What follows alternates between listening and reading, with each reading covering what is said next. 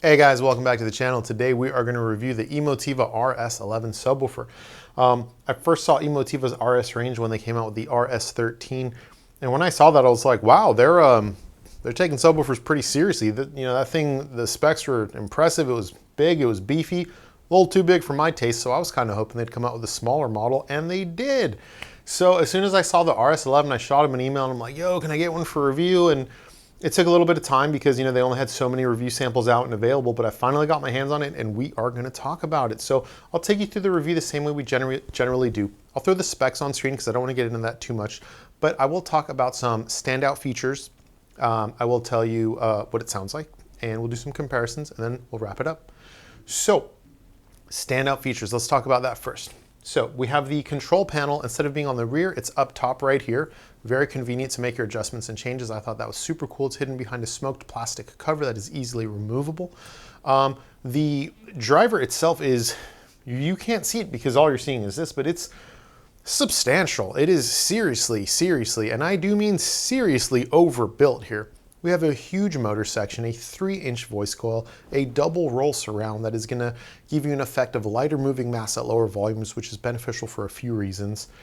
It's a cast basket. It's beefy, guys. This is like more something that you would find in like a high output SPL car audio situation. And those of you not familiar with car audio might think, oh, car audio, it's all just like boom, boom, and there's no sound quality. No. Car audio is mostly DIY, so a lot of people do it wrong, but when you do it correctly, a lot of car audio guys are big sound quality enthusiasts and want their stuff to sound good. But at the same time, we still need drivers with serious power handling that are overbuilt because we have to overcome things like lots of road noise. Anyhow, I digress. This driver is seriously on another level, and if you compared it to other subwoofers in about the $1,000 category, you would see what I mean. Most subwoofer drivers around this price point are going to have stamped baskets, 2-inch voice coils, smaller motor sections. They're just not going to be as overly built as this guy is. Anyhow, the thing is $1,200, so it's not cheap, but it's also nice to see that they gave us this level of engineering and build quality. The cabinet's also fairly robust with a 2-inch front baffle. Again, that's a pretty serious effort there.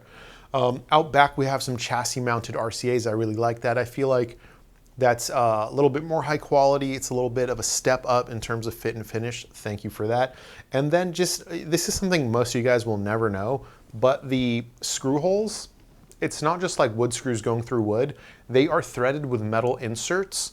So it's like when they built this, they didn't cut a single corner. They wanted to make sure this thing would last forever.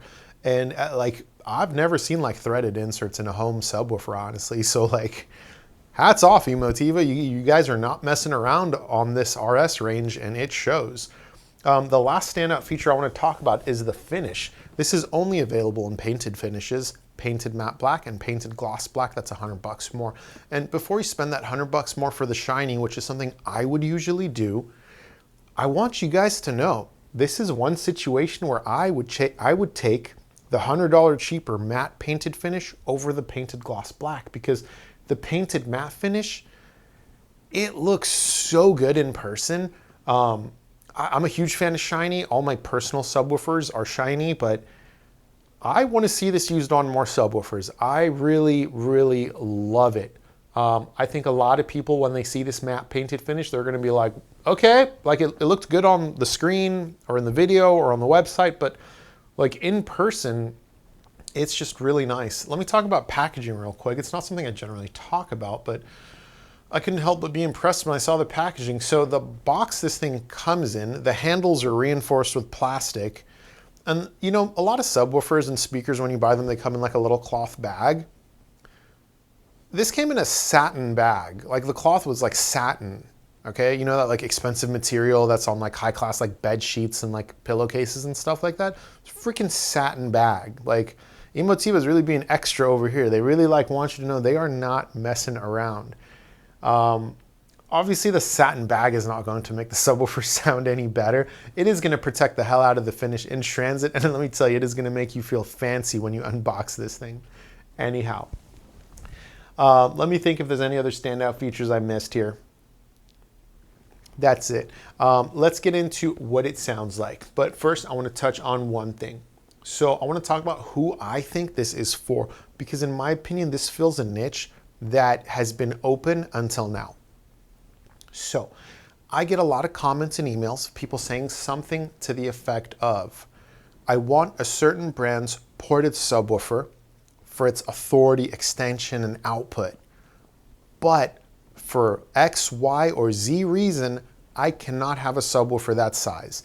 Maybe your wife won't let you, maybe your room can't accommodate it, you just don't have the space, who knows? You just can't have the size. So instead, the person is considering that brand's sealed model.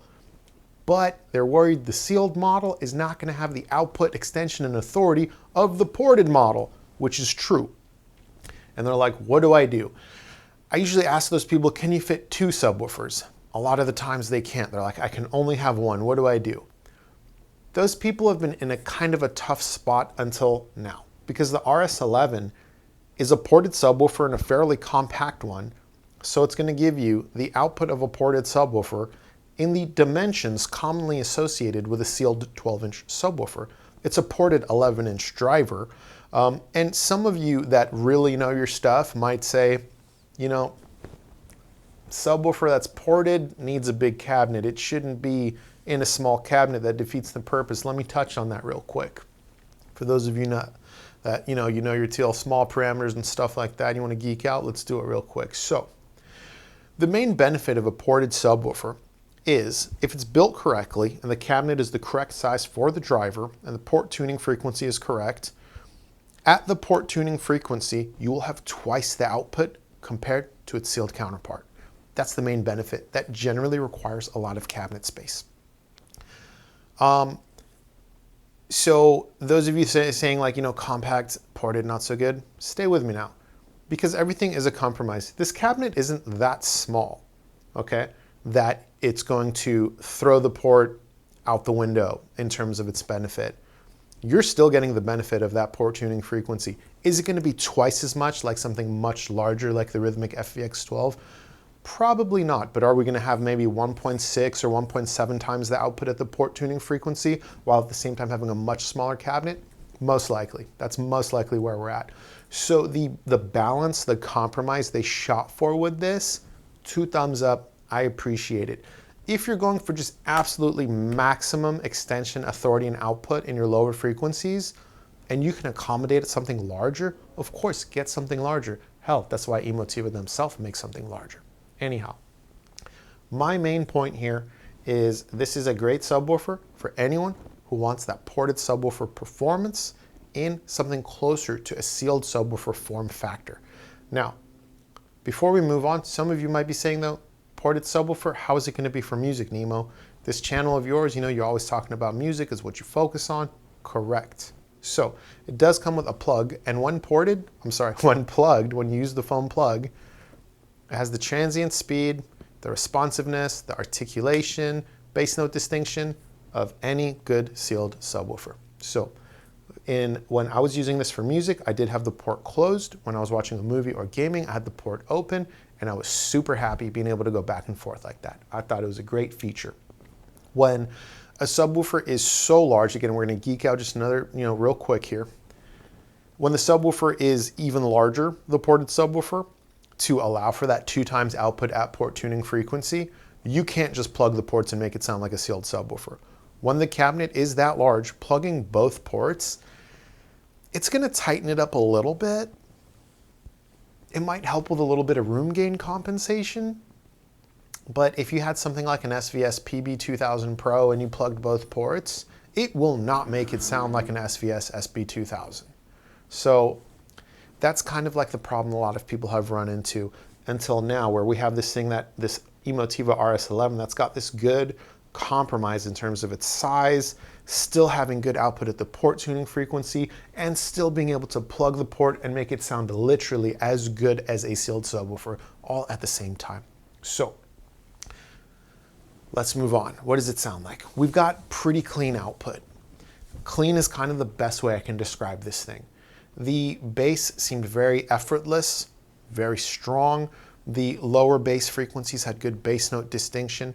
Upper mid bass was just okay. To me, most subwoofers' upper mid bass performance is just okay. After all, they're subwoofers, they're not mid bass drivers. Anyhow, I digress. I didn't really have any complaints of its sound quality at all. I will say whether or not you choose to plug the port or not may come down to personal taste. What I have found is when a subwoofer is ported, like you leave the port open on this and you're listening to music, the bass, the lower frequency, it will be a little bit exaggerated, a little bit softer of a punch to it, because the bass that comes out of the port has a little bit less of an edge to it and a little bit more of a rumble to it. Some people describe that as thumpy. I get what you're saying. I just don't know if that's the best way to say it. I think its edge is just a little bit rounded. You know what I mean? Anyhow. Whereas, where the hell was I going with this? What was my point here? I don't know, guys. I'm like super tired. I went to a theme park yesterday, so I am like sunbaked like crazy, and I'm like on the verge of losing my voice. I think I was talking about the difference between the port being sealed and open. Anyways, I think I already told you with the port sealed, sounds like a sealed sub. That's fantastic. So it sounds clean overall, and I didn't have any complaints with its sound. Now, comparisons.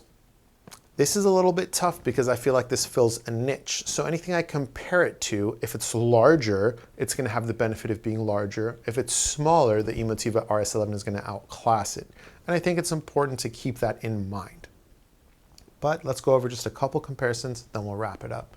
So the Emotiva RS11, first and foremost, compared to Emotiva's own more affordable subwoofers like the SE8 or SE12. Those are $300 and $400 respectively. Understandably, the RS11 can outclass those by quite a bit. Some of you might wonder, well, is it better to get two Emotiva SE12s instead of one RS11? It's better in the case that that's still cheaper, but a single RS11 will still outclass two SE12s in my opinion. Just in terms of output, extension, sound quality, everything. This is a seriously substantial subwoofer, guys. If you have an opportunity to pick it up, you'll see what I mean. It's way, way heavier than you would think it is. Anyhow, let's talk about the RSL Speedwoofer. That's another ported subwoofer that I reviewed recently, and I thought that was fantastic. But like the SE12, it's $400, and while it's fantastic at $400, it cannot hope to compete with something 3 times its price like the RS11. The Emotiva RS11 will outperform the RSL Speedwoofer from top to bottom in every category, as you would expect. Now, again, some of you may say, well, what about two RSL Speedwoofers versus one Emotiva RS11? Well, two RSL Speedwoofers are better in the case that they're cheaper, and that's cool. But one RS11 is still going to sound a lot better, in my opinion, play quite a bit cleaner. So, two RS11s, I do wonder what the SPL difference would be. But I get it's hard, guys, because RSL Speedwoofer, then Emotiva RS11, they just like mash up in my brain. Two RSL Speedwoofers, I'm not sure what the SPL difference would be versus one RS11, because they are both ported. The dual RSL Speedwoofers might have the SPL edge, just maximum SPL. I don't know at what frequency, maybe at like something like 40 hertz. But in terms of like overall just authority and ability to play clean and loud, the Emotiva RS11 is really the champion here, kind of from top to bottom. Let's talk about a little bit of a different comparison. So the Emotiva RS11, $1,200, a pair of REL T5X, $1,300 something or so. So with respect to sound quality, only the REL T5X pair will take the edge. Anytime we're talking about the REL T-Series subwoofers compared to another subwoofer, the REL T-Series subwoofer will always win in terms of sound quality only. With respect to maximum output, extension, and authority and things like that, the RS11 will be dominant in that category. It is much larger, can move a lot more air, it extends much lower, and has a lot more authority down low. So, at the end of the day, I kind of want to wrap up this review with the same thing I kind of said in the beginning. This fills a niche that until now was just left wide open. And that's for the people that want ported subwoofer performance in a sealed subwoofer form factor, right? This is the one. It's gonna cost you a couple $100 more, but you're getting a lot for that couple $100 more. You're getting that cast basket, that 3-inch voice coil, the huge motor section, the double roll surround that's going to lighten the moving mass at lower volumes, the chassis mounted RCAs, the beautifully painted matte black finish, and the really cool top mount controls. I think it's a big winner for people stuck in that area up until now that didn't know which way to go. You know what I mean? I myself have been one of those people at some points where I've wanted that like ported subwoofer output, but I'd look at the size of some of these things and I'm just like, oh, that's big. That thing weighs 100+ pounds. I can't accommodate that, not in this room. Guys, some of these larger ported subwoofers stick out past my rack. To me, it's just not aesthetically pleasing. It's not something I would want. So rejoice. Anyone that's been stuck in that kind of confusion of, you know, should I get the sealed or the ported? I want the size of the sealed. Here you go. Check out the RS11. They got a, you know, whole in-home trial thing, and you know, a lot of these internet direct brands do, which is pretty cool. I love that. If you have any questions, let's chat about it in the comments below. And until next time, later.